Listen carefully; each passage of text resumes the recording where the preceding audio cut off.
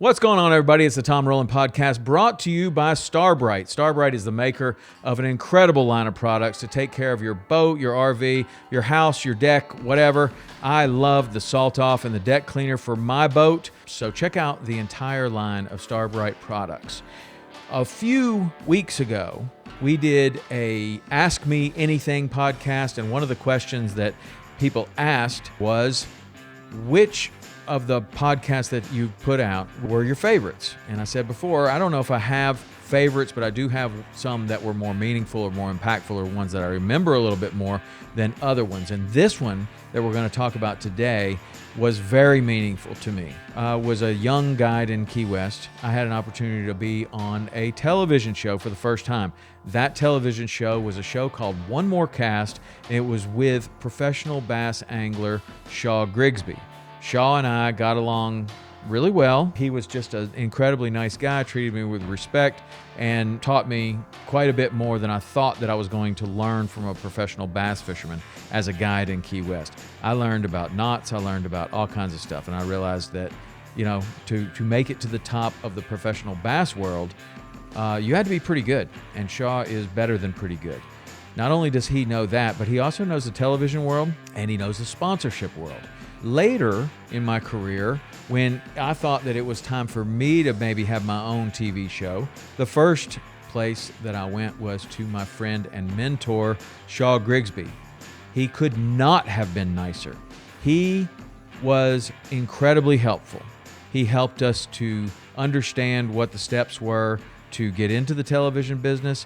He helped me to put together a crew so that we could shoot a pilot, and he helped me to understand what was necessary financially to have a TV show. He didn't have to do any of those things. He did those things really out of the kindness of his heart because he wanted to help. That's the kind of guy that Shaw Grigsby is. So when I was going through my early list of people that I absolutely must have, Shaw Grigsby was top of the list because I think very, very highly of Shaw Grigsby. Shaw Grigsby has had a wonderful career in bass fishing, a wonderful career in fishing television, and on top of all of those things, he's a great family man and just a great guy. I really, really like Shaw Grigsby, and it was my pleasure to have him on this show to learn what his story was, how he got into this, how he rose through the ranks of professional bass fishing, and what it takes. A lot of times it takes the same ingredients no matter what you are looking for, what you're trying to do: hard work, dedication, and perseverance. Those are a few of the things that I took away from my interview with Shaw Grigsby, and that's what you're going to hear right now on episode 891 of the Tom Rowland Podcast. Here we go. Yeah. Shaw Grigsby. How you doing, man? Dude, I tell you, I'm doing really well. Thinking back on all those days out there in the Florida Keys, having a blast with you. I know it, man. Tarping, tying boats together. We had a lot of fun. That was not fun. Crazy. that one, yeah, I forgot about that actually. Tying didn't. boats together. That you taught me a lot of things, and on that day that I learned even more. And that was that, I mean, I was out there and I'm poling around in this little skiff and trying to be so quiet. And then we go out there and you're like, well, this is the boat we're fishing. It was a bay boat. I had never been in a bay boat before. And then we've got a bay boat as a camera boat. And I'm like, man, we're just not, I don't think we're going to be able to do this. And I didn't think we were going to be able to do it to begin with. And then the trolling motor breaks. Yeah, unbelievable. And I was like, well, I guess we're going home. You're like, oh, No, no, we're not going home. What we're going to do is we're going to tie the other boat to this one. And we had it tied back about enough to where the camera people were on the camera boat. It actually worked great. It was the best. I think I might have used that since then, like on purpose. Yeah. Like, okay, now we're going to tie them together, and then it was the perfect angle. And so they could see where we would cast, they could get the bite, but the camera boat was doing all the work. Yeah, and we had a dead dummy trolling motor on the first one, but man, and we're catching tarpon left and right, and That was shrimp so hatch. fun. Oh my gosh, that was crazy. That was crazy. A lot of fun times. Man. That was a lot of fun times, and that was when you were doing One More Cast. How many years did you do that show? 23 seasons. 23 seasons. You're close. How many have you done? 16. You're close. Yeah. I told you it's not, I know, not but far out. It's hard to believe, man. 23 seasons. I probably did that show with you. The show that I did with you for Barracudas was the first television show I ever did. Was it really? Yeah, first television show I ever did. Because you were working with was it McCutcheon? Marshall Cutcheon. Cutcheon. That's we weren't working together necessarily, but he was all into fly fishing for permit, and he only wanted fly clients. And Woody called him, and he was like, you know what, I think this is going to be better for you. I think this is going to be a good opportunity. You do this. And I was like, oh, sounds great. Yeah. Sounds great. So go out. Change your life. It did change my life. That one day absolutely changed my life. And what changed it the most was that, we went out. We had a nice day. You said, boy, it'd be nice if we – again, it was like all these things that I learned. But we were catching all these nice fish, 14, 15-pound kudas. You're like, boy, it'd be nice if we get a 20. I'm like, what? How much can we possibly do here? I mean, one 15-pounder after another. And you're like, yeah, well, we'll probably come back tomorrow and get another one. I was like, God, okay, I guess. And so we went back, and sure enough, you got that 20. I can remember exactly where it was, too. You got that 20-pounder. And so I'm thinking, well, I'm sure it's probably going to be a pretty good show. But that was when you were on TNN, right? Correct. Monday night? We had Saturdays and I don't remember all the times. Well, but the ratings were nuts.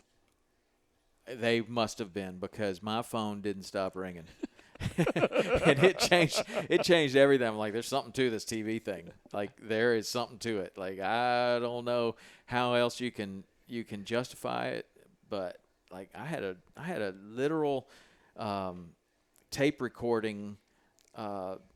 Voice answering machine, yeah. and it had a cassette tape in it, like a 90-minute cassette tape, full.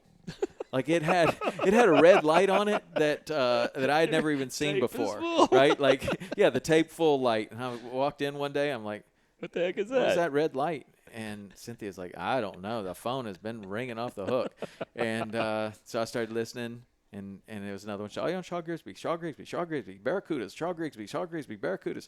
And I was like, wow, this is that's unbelievable. On Barracuda. I mean, that's one of the funnest fish I've ever caught. Oh, I know. My God, they go so fast. I think it's the fastest fish in short distance, right? Yeah. Fastest fish for short distance. They jump incredibly high. I mean, it's insane, and your fish so active, just reeling a bait real fast. Yeah. It was fun. I mean, that is the fun part about it. Like that really appeals to a lot of bass fishermen, because if you're used to like throwing a swim bait, or what would you equate that to the most, where you're just throwing as far as you can and reeling it in, Yeah, and you're reeling it fast. I mean, really fast. So you're burning a bait. I don't know, maybe like burning a spinner bait or something like that. But and then all of a sudden it just starts going the other way.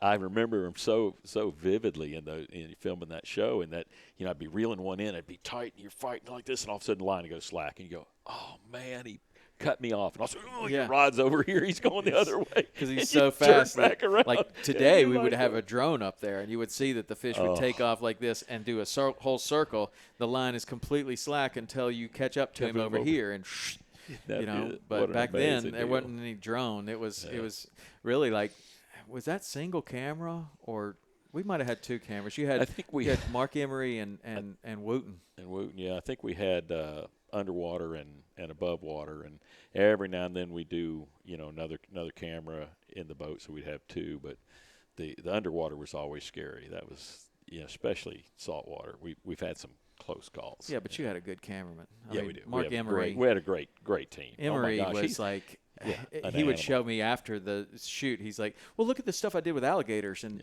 look at the stuff I've done with all these other things. Well, okay, he's won 2 Emmys since personal for his I keep wildlife up with him. photography. He's amazing. I saw him at Hawks Cay one year. He was down there doing some filming, and I was sitting out on the back porch of the Hawks Cay thing, and here comes Mark right up. He's like, Tom Rowland. Mark Emery, what are you doing here? But he's a good dude, man. Oh, isn't he? Have you seen any of his deer stuff? Yeah. Oh, there was my one. gosh, Wasn't there one amazing. where the antler dropped while he was filming it? Oh yeah, yeah. This time of year is when that's happening. Yeah, right, and when they he's drop filming it, and it just, It just falls off. Yeah, isn't that cool? That I think the deer The they chances of touch that it and just happening. drop it. Yeah, awesome. So Shaw, like in order to get 23 years of One More Cast, I've never known the story of how you got started. You know, it wasn't really anything special. I kept doing little things with other people. You know, like I'd be on back in those days. There was you know, I didn't film with Roland or Hank or Jimmy. It was Orlando Wilson. I filmed 2 shows with Orlando, and then I was asked to do some for a guy that had a show. I'm trying to remember the name of it. Sportsman's Challenge. I did that, and so you're doing bit parts and helping out and such. And I just thought, you know, it'd be something I might be interested in doing. And then we were doing Bass and Golf and Bass and Race with Woody, which were event television. So you'd get, you know, the professional golfers and professional fishermen, put them together and compete. And you do the NASCAR guys and professional fishermen, put them together and compete. And it was some fun times. And one day Woody comes and says, "Hey, you want to do a show, you know, regular series?" And I went, "Yeah, why not?" So that's how it happened. It was just kind of fell into it. Yeah, but the springboard for that, what was your professional fishing career like before the I was fishing TV? the BASS circuit and doing pretty good at the time, and you know, I won a number of events and you know, making the classic really regular at the time. I started in '84 professionally. I made my first classic in '86, and then again in like '88. But then in the '90s, I was like clicking them off, and we started the show in '96 is when we filmed the kind of the teaser to get it going, and then the first episode, and we pitched it, and it all ran together well. And then in '97 it aired. So we filmed everything in '96 for the '97 season, and it was awesome. Did you always have the idea that it would be more than bass fishing? Yes, you know, growing up in Florida, my goodness, we got, you know, we got saltwater all around Right. us, and so I always loved redfish and trout and doing all that, and so I wanted it. In fact, when we started the show, if you remember, we had a segmented show, so it was half saltwater and half freshwater every show, but you were working yourself to death. So we only did that like one season. We're like, we're not doing that again, because you have to film, you know, 13 freshwater, and filming a segment's just like filming a show. Right. It doesn't take you any less, you know, just because you're going, you know, what do we do, about 22 minutes on a show, and so you would still do about the same time to get your little 10, 11 minutes out of that deal as you did, you know, filming a full length. So we just said, no, we'll just go do full shows and mix them up. Yeah, I always liked that format. Like I particularly liked the in fisherman format. Like, Yes, where remember it's how like they a used to do? magazine type. Yeah, they used to do 3 different segments, and they would have like Larry Dahlberg would do one, and the Lenders would do one, and somebody else would do another, and it would be like, it would all have a theme. Like there would be spring bass fishing, and then there would be kind of the last, you know, right when the ice is out for pike, and then there would be like some other kind of spring thing, and then the Right. next one would have like trout fishing and pike fishing and lake trout fishing, and I always kind of liked that, but it just seemed like that was a lot of work. Like what I know now, like they're filming 3 shows Exactly. to get that one, and I can see why you would gravitate over to just one. And not only that, it's that when you're out there filming, you really I like to teach. So you like to teach, and it's hard to get everything you want to teach in 10 minutes. It just doesn't happen. And so, you know, there's all these little things you want to cover. And so that was a big thing for me, is that, you know, once you realize how short those things are, that you really wanted the full length. Mm-hmm. So. It's hard. I mean, even in the 22 minutes and 30 seconds is pretty much the time that we're always striving for, right there, 22 minutes and 30 seconds. And when you have all of these different pieces, like the bumps to the break and the billboards and all these other things, the fishing segment is all in a 22-minute show. The fishing is maybe about 12, 13 minutes maybe, and you got to get all this kind of stuff in there. People sometimes ask, like, you guys don't catch enough fish. It's like, man, if you knew what went onto it, you'd be surprised that we caught anything. like tying two boats together. Yeah. So we were doing and this is it early on, we were doing a tarpon show, and I was down at Indian River somewhere down south. And the tarpon, you know how they are. First thing in the morning, they come up, bloop, bloop, bloop, and you can catch them. And then they disappear. Well, I had these little tarpon coming up, and my buddy's with me, Mark Sabides, and we're fishing. And it's like, throw out there, and he catches one. And, little one, what is that, 25 pounds or something. And we get the pictures. I'm like, all right, good. He let it go. And I said, okay, let's go get another one. And Mark's like, no. So we got to get this shot. We got to have the sunlight right. We got this. And I'm like, do what? I want to catch it. I realized real quick it had nothing to do with fishing. Right. He's like, this is art. Yes. What this is art. So we had to do all this stuff, and I'm like, oh well. Well, there has to be a balance, and this There is does. what we have to always talk to the camera guys, because the camera guys are thinking, look, this is how you make a show. And you have to listen to that, because if you do it with a fisherman's mind, Right. you're going to make a terrible show. It's just going to be catch one, toss it But back, catch another they one. have to also understand that, look, it's not like we're going to be able to do this all day. Like, this is a 15-minute window of the Right. day. Right. And we can make up these other shots in a half an Yeah. hour. But if we don't catch that fish right now, Not going to do it. you're not going to see one until tomorrow morning. Yeah. And it's a real delicate balance of trying to be courteous and respectful of what they're trying to say, but also to have them kind of understand from a What we fisherman's have to do. perspective is like, listen, man, we got to catch that fish. And some funny stories, where after years, I'm sure you got plenty of these stories too, but the camera guys are like, wait, what are you doing? We're going to go catch that fish right there. No. You can't catch that. You're shooting right into the light, man. We can't do that. And it's like, well, he's not going to do that all day. And they're like, well, I mean, we got to catch him the other way. That's Like, right. the You other get the light way? What do behind you us. mean? You mean I need to pole around this whole fish? And it's like, okay, I guess that's what we're going to do.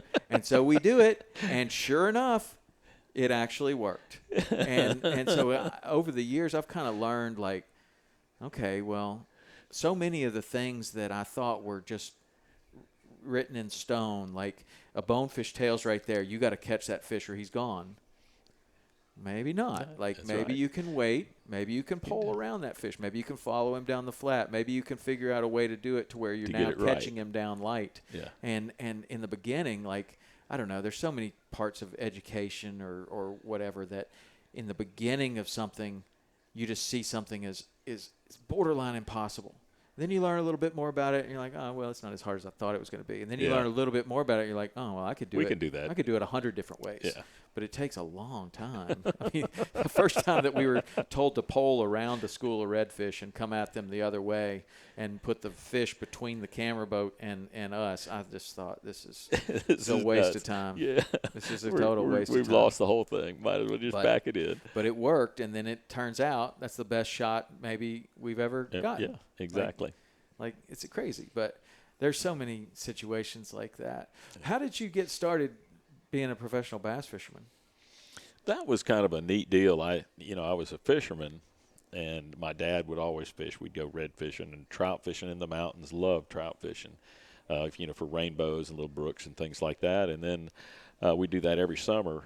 And but anyway, I was a Boy Scout, and in 8th grade at my high school, 8th grade, this kid that I knew from Boy Scouts, he was the new kid at that year in our school. And so I'm the only guy he knew, and I knew him from Boy Scouts. He was like an Eagle Scout and my patrol leader and all kinds of stuff. So we were buddies already. So we just got to be real close friends, and he loved fishing, and he loved bass fishing. Not just fishing, he loved bass fishing. So now I'd go bass fishing with him. I love fishing, so we'd go. Well, next thing you know, he calls me up one day, and he says, hey, man, you want to go fish a tournament? Well, I hadn't fished tournaments, but I was sitting here, I was racing motorcycles. Every weekend I'd try to have some race somewhere. Well, I didn't have one that weekend. So we drove down to Kissimmee Chain. And back in those days, they would line all the boats up in line, shoot a flare, and everybody takes off. dude. So Shotgun start. Yeah, shotgun start. So everybody lines up. We get out there and we're like, well, daggum, I don't want to go way over there. So we just said, well, our boat's not that fast, so we're going to sit behind the main line and we'll let them go and we'll take off. So anyway, this guy comes running by up front and shoots a flare, and all those boats in front of us take off. Now, the two in front of us, these guys had patches and jumpsuits and smoke and all identically dressed up. They were obviously really good anglers right there. Well, they shower down on it, and outboards, they blow big holes in the water because it's going to push the boat to get it on plane. Well, we're behind them, and we hit it, and we go up just like your boat does. It's going to come up, and then it's going to lay flat. Well, there's no water because that's where those two boats. So we went up and just it felt like forever, like 3 feet. My tackle box floated up in the air. When it hit the deck, it blew open. I got rods laying everywhere, baits everywhere, and I'm just kind of scraping them together and trying to hold things together. And I'm going, driving. Well, my buddy Jerry, who did this, Jerry Beavis, I'm like, go straight to the point. So he's wide open. He cut to the point because everybody else was kind of doing this. We cut off about 20 boats at that point. Then he cuts to the canal to go from Hatchnahaw into Cyprus. And I said, go right to the bank.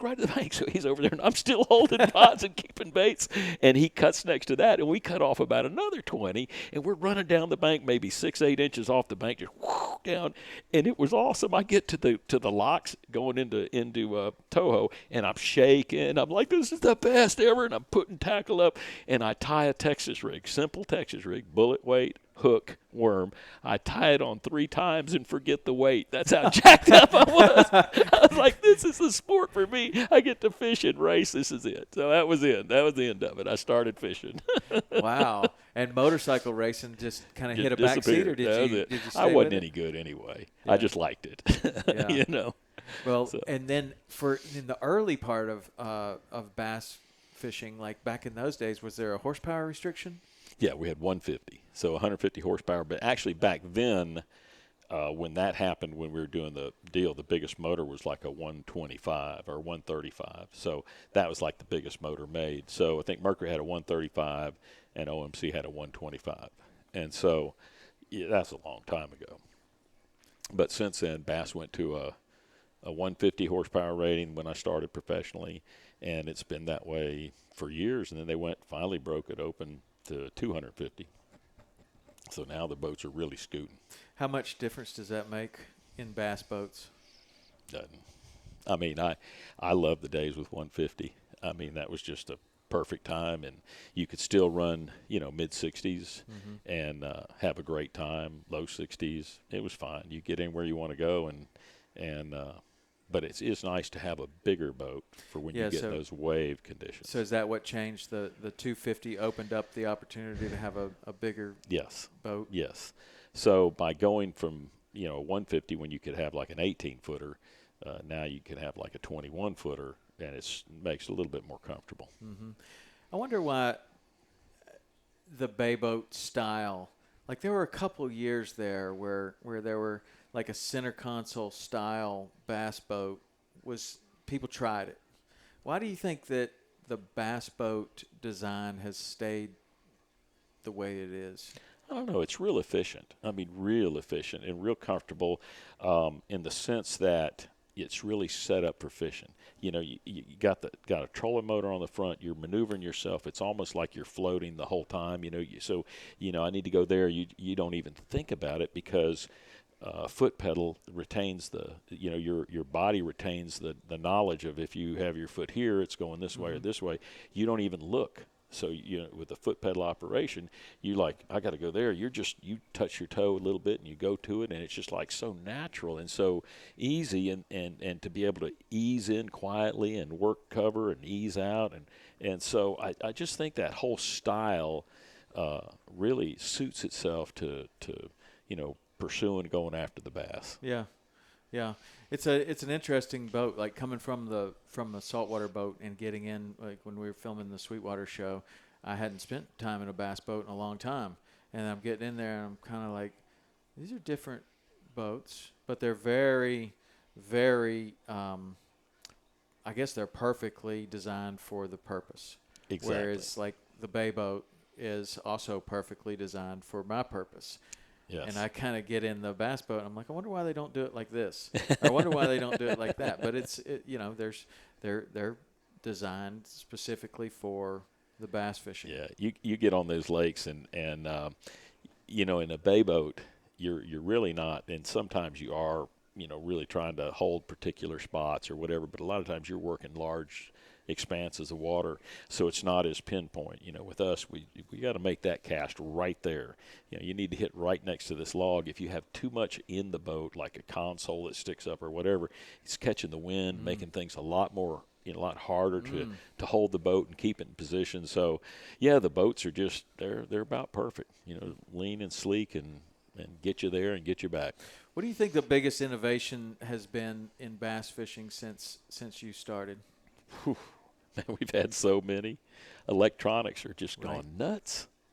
I mean, going now to where you have, you can scan out, 300 feet, 150 feet on each side, 200 feet on each side. You can see everything under the water. It almost paints a picture of what's down there. Down scan, I now have a forward-facing sonar. What's interesting about that kid, Jerry, that got me into bass fishing, we would catch black drum on the Swanee River. Mm-hmm. They'd come in these big schools of black drum. And the old-timers, if you were quiet, you could hear them because they'd be boom, boom, boom, just making this noise. But you'd also see the water boiling, the turbulence. You throw in there and you catch one. Well, we'd catch one, and then we'd lose the school because it takes you 20 minutes to land him. These are 30 to 60 pounders. Right. And I got pictures of me and a little kid, holding this big old drum up. And so Jerry's sitting there. All we have is flashers back in the day, okay? And Jerry says, well, why don't we turn that transducer and look for them? Because if we turn it, we're going to find them. And we'll just have to figure out if they're, because it's a flasher, a 60-foot flasher, is he at 20 feet, or is he at 80 feet, or is he at, where are they once you see him on the graph or on the flasher? And so we built this. He was a woodworker, so he built this wood puck deal mounted on the trolling motor, hand control. Back then it was like Silver Troll was like the only trolling motor made way back in there. And so it's hand control, and he put it on there, and it didn't work because he shot it straight out. It hit the surface, and we realized, dude, that doesn't work. So he had to angle it. So he built another one where we could angle it down slightly, and it worked like a champ. Then we'd stay on him for like 3 hours till you couldn't handle him. Or, I mean, you'd hook him up and you're like, okay. We'd have two at a time. Both of us had two rods. We're like holding this. Back then you had a pedestal that had a hole, and the seat would sit on top of it. We'd stick a rod in there, finish landing this one, pull this one up, and finish landing that. It was great, man. We had so much fun catching those dudes, and it was all there. And now that's the hottest thing in fishing is this forward scan. Now you can look out there and go, there's a fish. You can see him. Then you can throw your bait out there and watch the bait go down. There it is. And you can watch him swim over. You go, oh, here we go. Yep, it's awesome. Yeah. So how cool are the electronics? Power poles, electronics, those are probably the main things. I'm sure I'm missing stuff, but engines, 4 strokes, oh, my gosh. It's just crazy how good things have gotten. Plus the baits, lures. Like nuts. Lures and baits and hooks. Everything's gotten better. It's almost like when you think back, like even in my saltwater experience, like we used to permit fish with J hooks, and they were these crappy hooks, and we'd have to sharpen them all the time and make sure that they stayed sharp. You'd put it through the crab, and now you got to sharpen it again. And now they come out, they're perfectly chemically sharpened, and like I put one right through my thumb not too long ago. They're real sharp. I've done that. They are sharp, real sharp. You've hooked yourself in a tournament many times, and many I want to times. know, like, how did it happen? Because you handled thousands of fish. So how does it happen with a bass fisherman? With a bass, it's pretty simple. They have them in their mouth, and you just can't get your hand in. Like I was filming an MLF, Major League Fishing, and I caught one on a crankbait, and his mouth was kind of pinned closed, and I had to get my hand in there till I had to land him. I got it, and I knew it was going to stick me, and it did. So now it's jammed into my thumb, and I got him. And so now in Major League, you don't have anybody to help you. Your boat official's not supposed to help you. Camera guy can't help you. And I'm like, now what do I do? And I go, okay. So I'm holding him, kind of pinning him, and I take it and I wedge that hook, the split ring of the hook, into the crack of his mouth to where it's kind of holding the hook, and then I just backed my thumb back out of it, and it was like, you're like, that's going to leave a mark, you know. But I got it out, and everything worked out. But it happens like anything else. They just flip and twist, and they get you. And I generally get one. Pretty regular. I mean, it's pretty regular. It's not. I don't even think about them anymore. We just get them. Go, okay, here we go. And we, that string technique. I don't use the string, but that technique is what holds. As soon as you hold that eye down, and then you can pop it, it just comes right out. The best one though, saltwater grouper fishing, shallow water grouper. It was a tarpon day. We're fly fishing for tarpon. Cloudy, overcast. You can't see. Because once it gets that white cloudy, you just can't see. Everybody goes, let's just go offshore and catch some grouper. All right. So we take off. We didn't have but a rod each. So we run offshore, and I was with a guy named Al DePerick, one of the top guides, tarpon guides ever. He's probably had as many world records as anybody.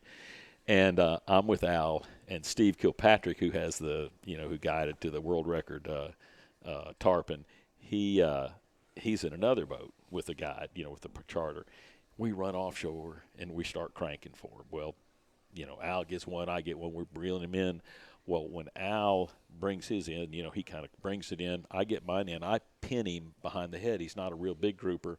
And I pin him. I got this big jerkbait laying outside, and I said, this isn't good. I said, he's going to get me. And I didn't have gloves, because usually we have gloves. We're prepared for this, where we were tarpon fishing. We weren't. Anyway, he flipped, buried the hook, and I think it's like right here, and it went in and came out and had me pinned with him still on it. That's the worst. And that's those big trebles, And so I'm pushing him against the side, and I'm like, Al, he's got me. You got to help me. So Al brought his in and just flopped him on the deck and left him, came over, got the fish off. So now I got this plug in me here. Al goes back to his, and when he goes for it, the fish flops and buries the hook in his hand. And Al turns as white, and he's like, oh.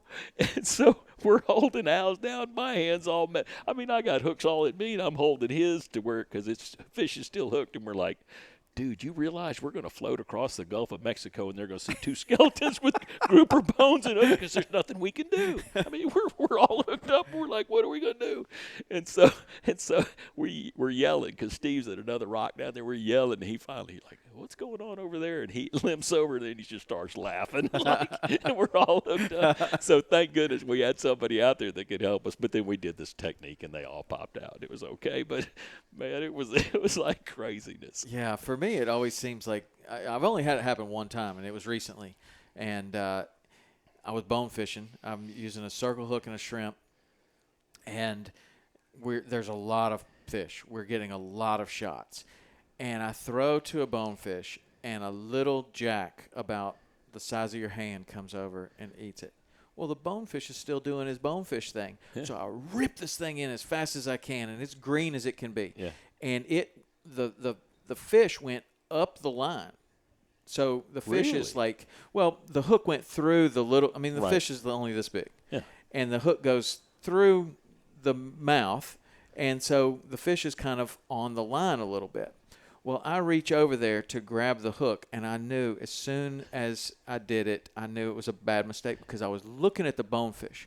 I'm looking, and I'm trying as fast as I can to get this off, because I'm thinking, get him off, get a shrimp, cast, and catch the bonefish. Right.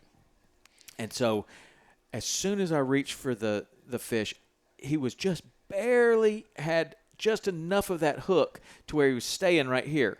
And then he slipped down the line. And immediately it pulled the hook like this, and it pulled the hook right into my hand. And now I was like, really? No. First thing is I was thinking, well, I'm not going to catch that bonefish.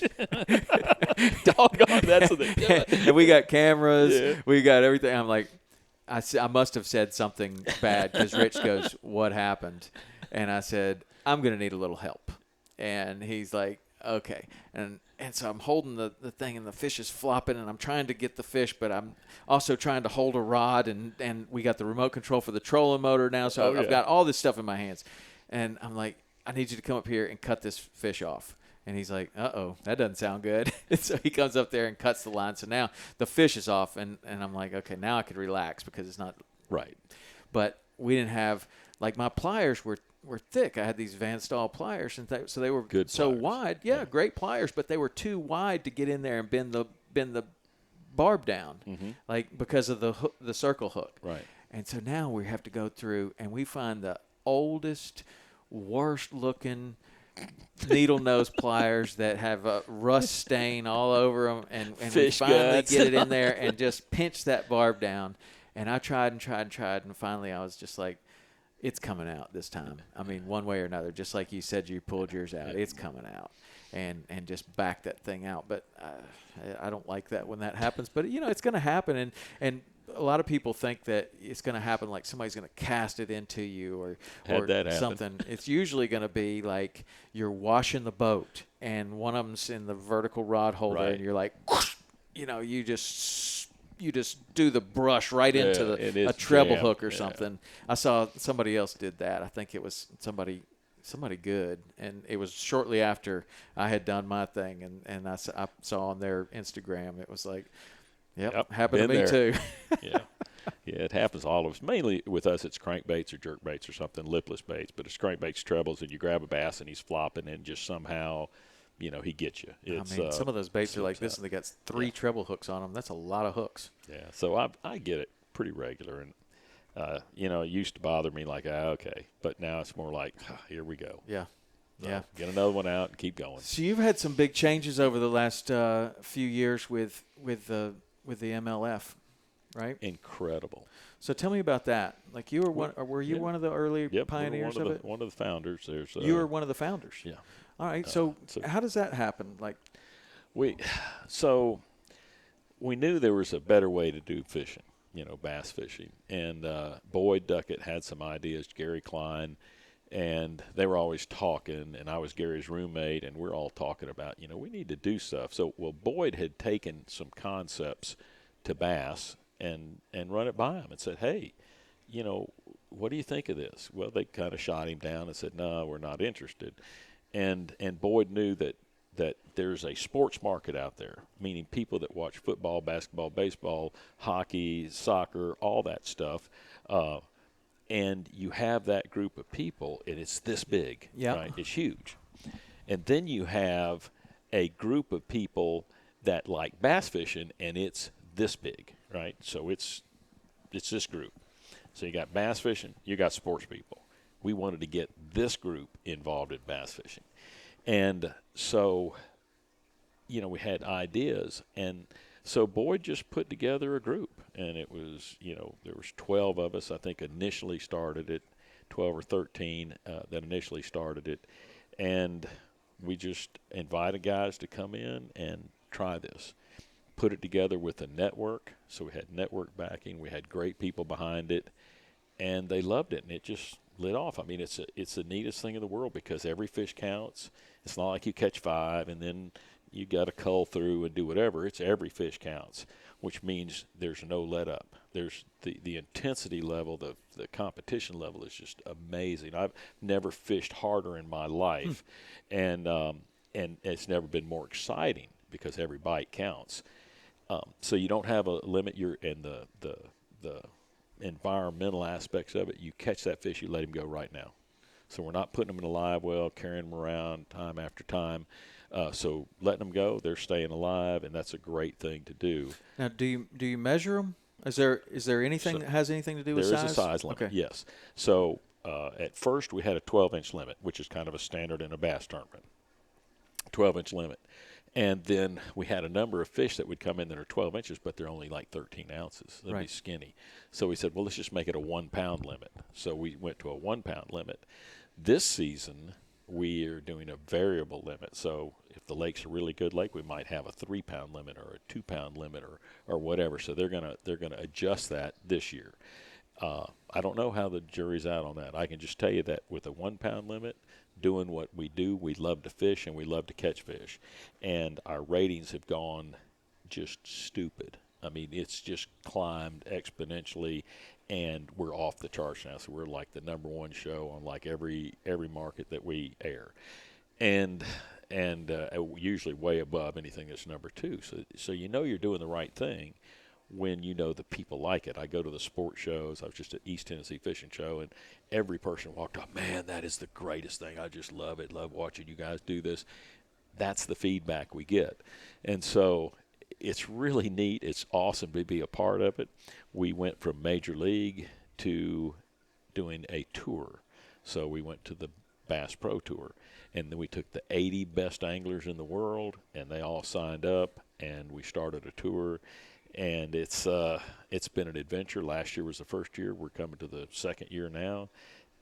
It's been awesome. It's well received. I mean, like I said, we blew away the ratings. We were on Discovery Channel, and with that, and we really are just getting started. So we're making changes and adjustments because we know that this is just what we were able to do first season. Just like you. Next season, we're going to incorporate this. Next season, we'll make this change and this change. And as you keep going, you get a better product. And so that's we're just in our infancy. So how much of what you're doing is that group of professional anglers saying, I think this is what's needed, and how much of it is the input from fans and people that watch or sponsors or whoever? How is this thing evolving? Like, so the anglers actually make the decisions, which is really cool. That's the first time we've been able to be angler-driven, anglers, doing their deal. The first decision they made was no entry fees. How was that? So we took sponsor money, and we're fishing for sponsor money. It's the first time that's happened in fishing ever, is to have that go on. So, and then they're making other decisions, when we need decisions on, how do we need to do this, or what decision we need to make on this, on format or whatever, and they're the ones that drive it all. So, in fact, they're the ones that went to this variable size limit. So, anyway, we're always trying to tweak things and make it a little better. But so far, it's just been a neat deal. Yeah, everything I read about it's the thing that the authors keep going back to is that the anglers now can control their own destiny. Right. So they're able to do that because they're owners and decision makers, or there is a group of owners. There's about, I think there's 17 stockholders, owners. There is, and those, not all those are anglers. I think there's like 12 or 13 anglers, and the rest of them are the business people. Then you have the rest of the anglers. They're all decision makers. If you're fishing the tour, you have a vote. So it's just like being board of directors or whatever. And an owner's vote is no different from a fisherman's vote. So it's the same vote.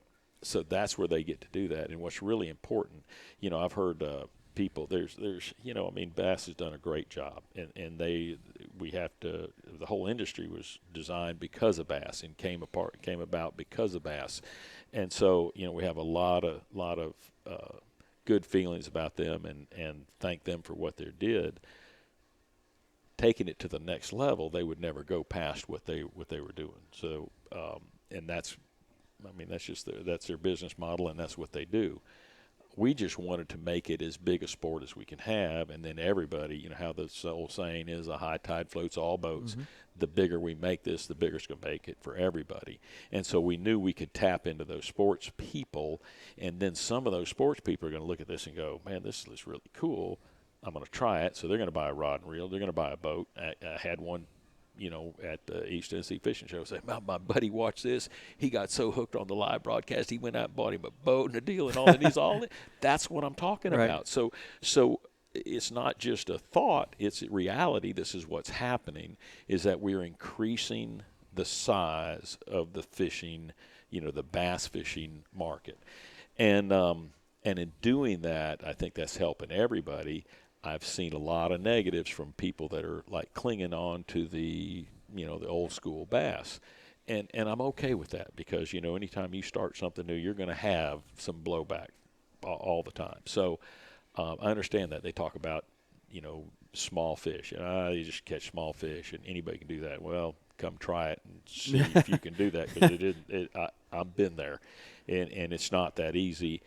And so I hear a lot of that, and that's kind of where that variable size limit and all that, and also choosing bodies of water that have bigger fish, because we fish no different. When we get on the water, there is not like I'm going to pick up a shaky head and go catch little ones. You don't do that. You're fishing for the best, biggest fish you can and as many as you can catch. And the real key is to stay on them. So catch them in the morning, and then when the clouds go away, you know, for the sunrise comes up and things change, you have to still be on them, and you have to still catch them, and you go through the whole day. And it's extremely hard. I watch it over and over on these shows, and you'll see it on the Bass Pro Tour where a guy catch him in the morning, and then he's struggling. And he may be in top spot, and all of a sudden he's clicking down, and he's just struggling to stay in the cut line. And so it's the hardest, like I said, the hardest fishing I've ever done. So we're making adjustments for that, but I think we're on the right path. I don't think you ever want to change the basics of what we're doing as long as the viewership keeps just climbing ridiculously. Sure. I mean, it's ridiculous how fast it's Well, going. that's what everybody's talking about is like, you know, how the momentum of what you've got going on there. I wonder, like, as anglers that were the founders of this, and like, you know, I know how it is when you're at one of those tournaments and you're sitting up there, you know, in the hotel room, you're talking about, you know, probably have lots of conversations about what's going on, what's going well, what could change.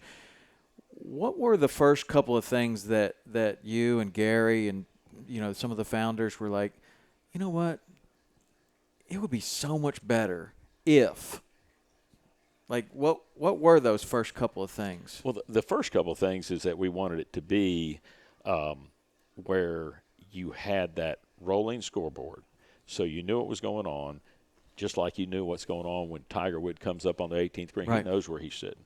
When he's back there in 14th green, he knows where he's sitting. That's what you got to know. I mean, you've got to know that, because then you can make quality decisions. Sure. You can say, hey, I remember being in 10th place in a BASS on Kissimmee, on Toho, and making the final day cut, 10th spot, and I said, man, I'm down in 10th. I got a long way to go. I better catch a big one. So I go through and I catch a limit of fish, and I see a big one on bed, and I hook her, and she's a giant. She pulls her head 2 or 3 times, and the hook pulls, and she goes back to the bed. I fish for her. I go around looking. I know I need to have a 6-7 pounder to win. Well, I come in, I didn't. I needed a 3-pounder. I went by 5 or 6 of those that I could have caught in a second and won the tournament hands down, but I don't have the knowledge to make that decision. So it's a flip of a coin. So who was the best fisherman that day? Obviously the guy that won it, but would it have been me? Absolutely, if I'd known. But somebody else may have known and made a different decision. Sure. You don't know. But so now you have that knowledge of, you're hearing what's going on, and you go, oh my gosh, they're killing them, and I can't get a bite, so I've got to change. I'm obviously not doing the right thing. Right. So now you can make that change, right. where before you don't know, and all of a sudden you're taking potluck, and all of a sudden you come and you go, oh man, I thought I was doing good, and I'm just beat to death. Right. So that's really the thought process, is that you could have that. And then we always liked the catch and release. Let them go. Get them back in there. And that was one of the biggest things that why, you know, Johnny Morris likes it so much. You know, he's so big in environmental issues and things like that, and being able to turn that fish loose. Where you caught him. Yeah, right there. You're not doing any damage anywhere. You just catch him, let him go. Yeah, it's an interesting thing. Like, I mean, bass fishing is responsible for the catch and release movement. Live I mean, that's wells, where it aerators. came from, right? Like, catch and release of all kinds started with bass fishing, like in that term. And I think Johnny Morris was a big part of catch and release. Oh, that's catchy. Okay, let's use that. Catch and release. Okay. But I always thought that, and we see the same thing with the bonefish, like you have these bonefish tournaments in these places, like in downtown Alamorada, and you would have the best guides with the best anglers going out all over the place and then bringing the most dominant, most aggressive fish back to the same place for 20 years in a row. And I believe that was like an artificial stocking program, and the downtown Alamorada bonefish was basically an angler-induced artificial stocking program of the biggest, most aggressive fish being brought back to the same place for a long period of time, and some of those are going to stick around. Absolutely. And they did, and that was the best bone fishing in the world. So that's an example of how it could really be great, I guess. But where, you know, those big fish are not where they once were. So I don't know how that affects the thing. It doesn't really matter because the cold front of 2010, really hurt them a lot. But when you're doing this in these lakes and you're having the best anglers in the world going out catching 5 fish each, and there's 100 anglers, and so that's 500 of the biggest, most aggressive bass in the lake, all being released at the same place. I don't know. Does that have an effect on them? Yeah. Who knows? We did some radio telemetry and have done that in a few situations. It's pretty cool to see that in tagging studies that some of the fish, and it's just real cool to see how fish are so individualistic. But some of them, they get let go and they go, just like you said, they go, dude, this is pretty good. Yeah. I got food. I got nice. This looks all right. I'm happy. I'll just stay right here. Others, they'll make a 20, 30, 40-mile hike right back to where they were. Really? And they find their way all the way back. This is my home. This is where I want to be. It's the craziest thing in the world. That is the craziest thing to Isn't think awesome? that with all the jarring around in the live well and running back and forth, and that they would have the sense of direction to know where that was. Like a salmon, I guess. Well, a salmon could do that. We know so little. We think we know, but we know so little. If you really, open up, peel back the onion, so to speak, open it up and look what's in there. It's really cool. Yeah. What about the rule about the bass can't touch the boat?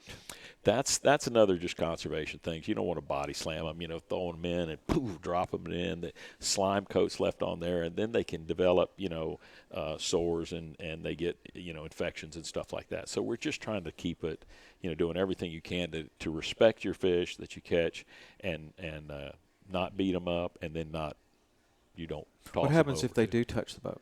You get a 2-minute penalty. 2 minute. 2 minute. So it's all based on time. So you just have to sit there, or you have to stop early. No, you have to sit there. So one of my favorite was Mike Iaconelli. I love him, but we also have a release deal. So you have to release it below the gunnel.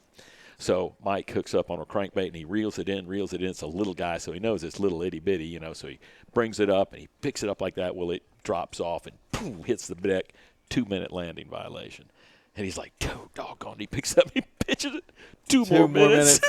And so they type it in, and he's just got to sit there, and he's just fuming. And I'm like, that's funny as heck. That's a guy that can't sit still anyway. He can't sit still anyway. I had him on my podcast, and he's moving all the time. I love him. Awesome. I love that guy. That guy is so – first off, he's smart as can be, but he's extremely good angler.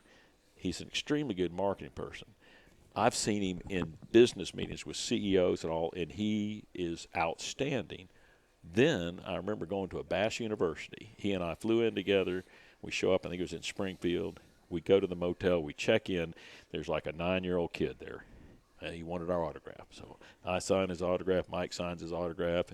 And Mike talked to him a second. Well, I go up the room. I do whatever. I get all unpacked and do some things and watch a little TV. I would go down because I wanted to get something. I left something, and I went down to the counter to get it.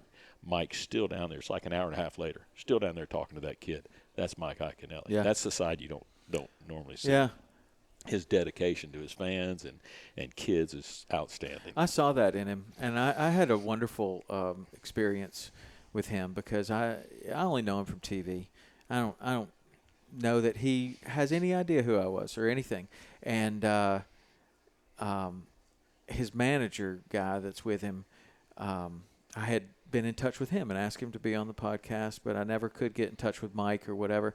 And, he's been doing that thing the last couple of years where he's wearing those disguises around ICAST, and it's really kind of funny, right? Like what he's doing, like he wear a wig one day and he's like trying to, I don't know exactly what all it's about, but it's pretty funny what he's doing.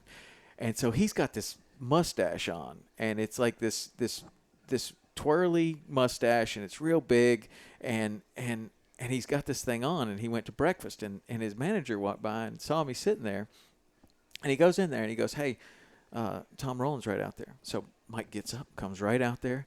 He's like, hey, and shakes my hand, and he's like, Mike Iaconelli. He goes, I know that you had been in contact and you wanted to have me on the podcast, and I want to say right now I'd be honored to do it. And I'm looking at him, and he's got this silly mustache on. And he's like, I'm like, oh, you know about my podcast? And he goes, of course I know about your podcast. And it hits him, and he's like, I've got this stupid mustache on. And it was so funny because he was just trying so hard, and then he just realized, He's like, I've got this stupid mustache on the whole time I'm talking. And he rips the thing off, and anyway, he came up, and we had just a great conversation, and he's a really good dude. So did it did it surprise you at all, the influx of the quality of anglers that came to MLF so quickly? No, they had been, and I won't say it's, they had reached their limit at bass, and they really wanted to make a difference. I was so impressed at some of these young anglers that would go, this is what we need for the future. I'm starting in the sport. I'm in it 2 years, 3 years down the road, and I'm looking 20. That's awesome, because most of the anglers look right here. What's in it for me right now? And if it isn't, I don't want to have anything to do with it. I could not believe that we got 80 guys to go, we're in it. We know. We see it. We feel what you're doing. We know what you're doing. We know it's the right thing for the sport. And that's the biggest thing that I see, is that there's enough people that don't see that it's a little disturbing. Because for the sport to really grow and do it, you need those anglers to do this. And you need this sport to be controlled by the anglers, not by somebody that's for-profit money. This is what makes the decision. We want to make the decisions on the sport. What's the best for the sport? Might not be the best for me. In fact, for me personally, this is probably not the best choice. I'm a better 5-fish guy than I am a 10 or 20 fish guy. But it's still the best fishing I've ever done. I've never worked harder in my life and fished more intense, and it's just keys you up. It's like what you live for. I mean, you live for those moments out there. And so it might not be the best for me, but it's the best for the sport. That's what I look at. I'm a team guy. I want this sport to go places. I want this sport to be what we know it is. It's the greatest sport in the world. Fishing is. You can fish when you're 2 years old. You can fish when you're 90 years old. I don't know if you know Glenn Lau. Glenn Lau, one of the world famous, guys that would do all the underwater and all that. Homer Circle was a writer for 50-something years. He'd do whole magazines, by himself. He was a phenomenal writer and great gentleman. When he was, getting way up in age, I don't know if he's 80-something or whatever, could hardly walk, Glenn Lau would pick him up at the house, pick him up, put him in the boat, and they'd go fishing. You go fishing till your dying day, and you can fish when you're a kid, and you can love it all through life. You can take it to just be a relaxing afternoon on the water. You can take it to just learn about the environment and the outdoors, or you can take it to the professional level where you're out there competing, and it's just the most magnificent sport. Because you don't have to be 6'6", 230. You don't have to be, this superhuman to play. Your playing time is forever. It's lifetime. And the knowledge you gain, everything from relying on yourself to make decisions, and all the benefits that you can get from being outdoors is intense, amazing. I don't think there's another sport like it. To process all the variables we do, there's no other sport like that you have to figure all this stuff out. And so for me, it's the greatest thing out there, and I want everybody to know it. And I want this thing to be the biggest and best. You can see these guys, a lot of the guys, when they're done playing professional football, they're coming to be a professional bass fisher. When they're finished doing their professional sport, whatever it is, they're saying, I'm coming to fish. Mm-hmm. They love it. Well, you see a lot of that, like a lot of the clients that I would have on my boat every single day, I could tell. I was like, that guy's got an athletic build. Like, you start talking to them, and I would ask them, like, well, what's your background? What's your athletic background or whatever, just because I'm interested in that. And there were a remarkable number of people that were wrestlers, were really into it. And I always thought that was kind of interesting, because wrestling is physical chess. It's as you get to a high level. At a low level, it's just brute strength. At a high level, it gets to be like a guy that's not as good as someone else can beat that person by using that person's strengths against them. Right. And then there's like this thinking 2 or 3 moves ahead, and it's physical chess. Fishing is chess.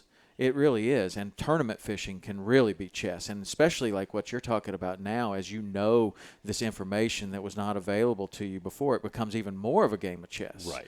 Like before, you're kind of thinking it's a game of chess, but if you don't know what the other guy's move is, then how can right. you make a move that makes any sense? Right. And that's an interesting thing. Well, how did it make sense for the acquisition of FLW?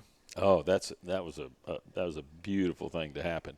So for FLW has the best ground game out there. So from the BFLs, which are the weekend anglers out there, fishing and going at it every weekend, having a regular job and then going fishing, they had the best. FLW has the best. In their Costa series was unbelievable, which is the next step up would be like on the BASS, the Opens. And then they had the FLW Tour, which is the professional level.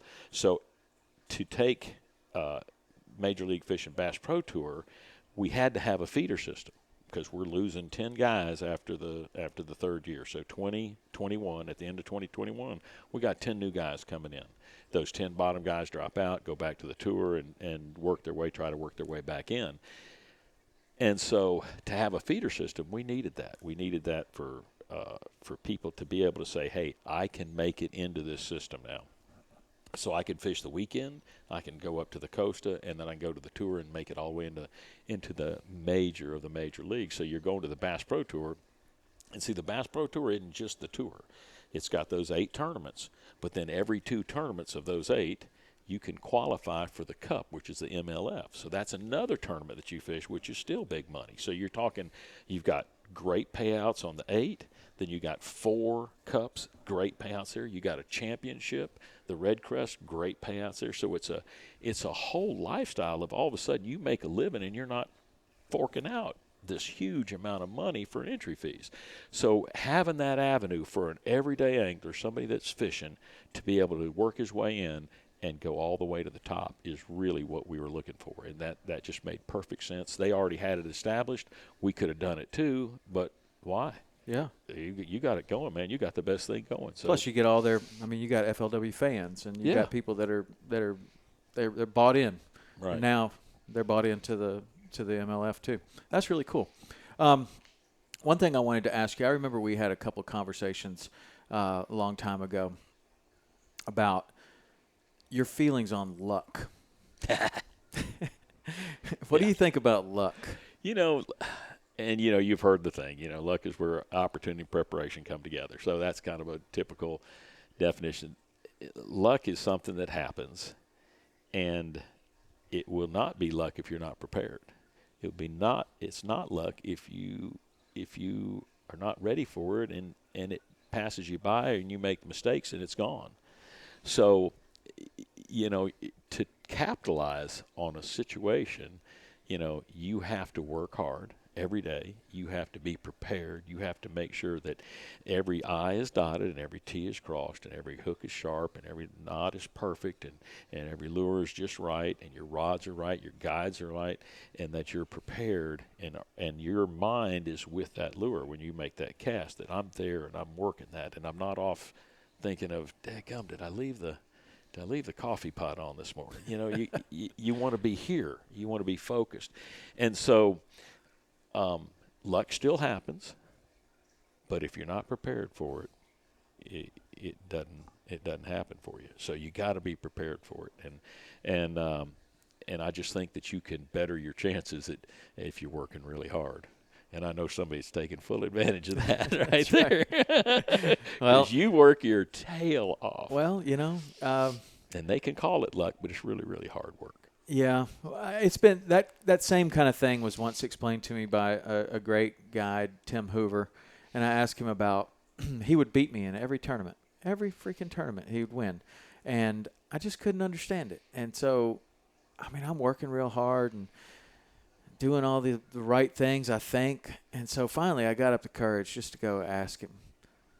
And just like any other successful person, when you ask him, he was like, sure, I'll tell you. He's like, I'm not any better than you are probably. He said, but I make sure that I get a 1% advantage everywhere I can. And I said, what do you mean by that? He goes, well, I do the research to find out what the best hook is, and I make sure that it's perfectly sharp. That's right. And I have a 1% advantage right there. And I make the I do the research to figure out how to keep the bait in the bait well so that it'll never die and it'll always be perfect. And I know where to buy it, and I know how to have it be perfect. My bait's perfect. That's a 1% advantage. Sometimes that's 10% advantage, but it's a 1% advantage. And he said, I make sure that my engine, before a tournament, I've tuned up the engine and I've maintained my stuff. I make sure that my wheel bearings are taken care of. Those are 1% advantages. I make sure that when I wake up in the morning that I've got extra this and extra that and extra this, and that's a 1% advantage. And he goes, even just in what we've talked about here, I've got a 10% advantage on you right now. That's right. And he said, and I've got a 30% advantage on most of the people here, and I've got a 60% advantage on the other ones. And you wonder why I win? He's like, and that's kind of what you're talking about. Like, it is. There might be luck. Like all of a sudden the sun comes out just as a tarpon swims right in front of you. But if you're sitting down eating a sandwich, it swims right on by. That's right. But if you're tying on a rusty old hook, it might break.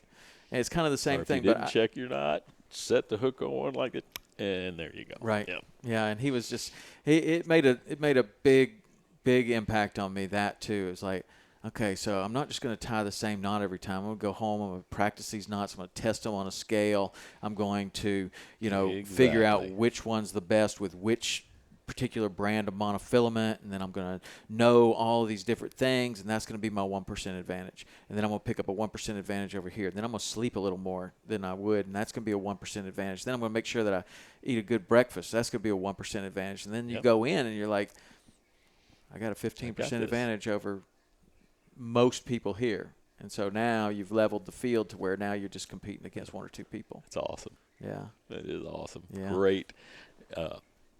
Total truth right there. I remember, so when I started fishing, that buddy Jerry and I, we'd fish as a team, buddy tournaments, and we'd show up to fish a bass tournament, and we were there to fish. We're kids. We love fishing. We wanted to catch them. Right? Most of the guys are there to drink beer, chase women. They come being drunk or whatever, and we're like out there just, and that's how we could do it. We had that advantage. 50% advantage in that 50% tournament. over there.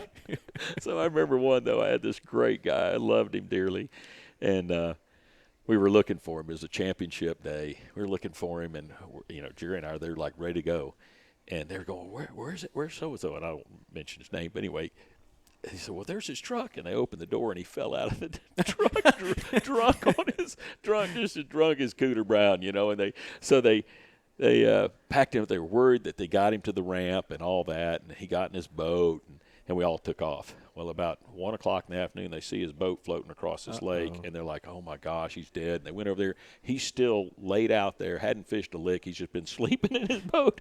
He got up, and they're like, are you okay? You okay? He said, yeah, I'm fine. He got up, and from 1:30 to 3:30, he beat us like a drum and won the whole thing. Oh, man, that's terrible. But that was him. He was awesome. Where was his advantage? I guess he wasn't worried about No. His advantage came from somewhere else. He was really, really, really good. He was a great angler and just a funny human being, man. I love that guy. So he's passed, and he's wonderful. Doug Gilley. God, what a wonderful guy. You just want to hug him every time. Well, Shaw, what gets you the most excited right now? I'm excited about the next level on the Bass Pro Tour, and I'm excited about my new job as a coach. I think that's neat. I've always loved to teach, and I'd like to make a difference in some kids' lives, as they go up. And you know how much passion we have for fishing, and hopefully I can instill some of that and help them navigate through the little things they need to navigate through. And maybe who knows, we see a really incredible angler come along in the next few years. Well, I'm sure that you will. Well, I want to thank you for spending this time with me and catching up a little bit. We've got a lot of good stories that we didn't even go over on this podcast, but we'll do it again.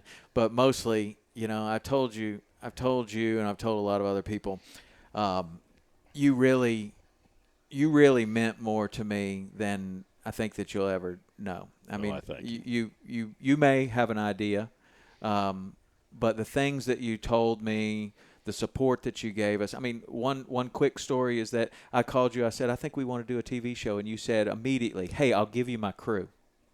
Right? Like, I mean, You said, great, I'll give you my crew. Absolutely. Do you know how much that cut? That cut so much of that process off. Okay, I got to find a cameraman. Who's a cameraman? How much do I pay him? What do I do? All of this stuff. And you just said, look, I'll give you my crew. Good. You're going to be great at it. So you gave me confidence and you gave me the resources. That's huge. And coming from somebody that had done it a long time, that was huge. But you helped me with sponsors. You helped me in so many different ways.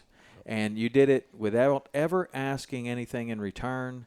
And it was just completely unexpected for me, because I figured the guy that's going to help me is probably going to be a guy similar to me, like a saltwater guy. And you come into my life blind, and we don't know each other from Adam, and you just helped, and you continued helping, and you've continued helping all the way up to now. And I know that you're going to continue helping all of these kids, but just wanted to thank you and honor you for doing that, really. Thank you. Because you've been a huge impact on both Rich and I's life, and I'd probably be still just pushing the boat along if you hadn't have done those things. Even if you were doing that, you'd still be doing it. I know. And there's that. But you have done very well with what you've got, and I tell you, it's been fun watching you come along. Absolutely. Well, thank you very much, and it's an honor to have a good friend like you. All right, buddy. Thank you, my Thank friend. you.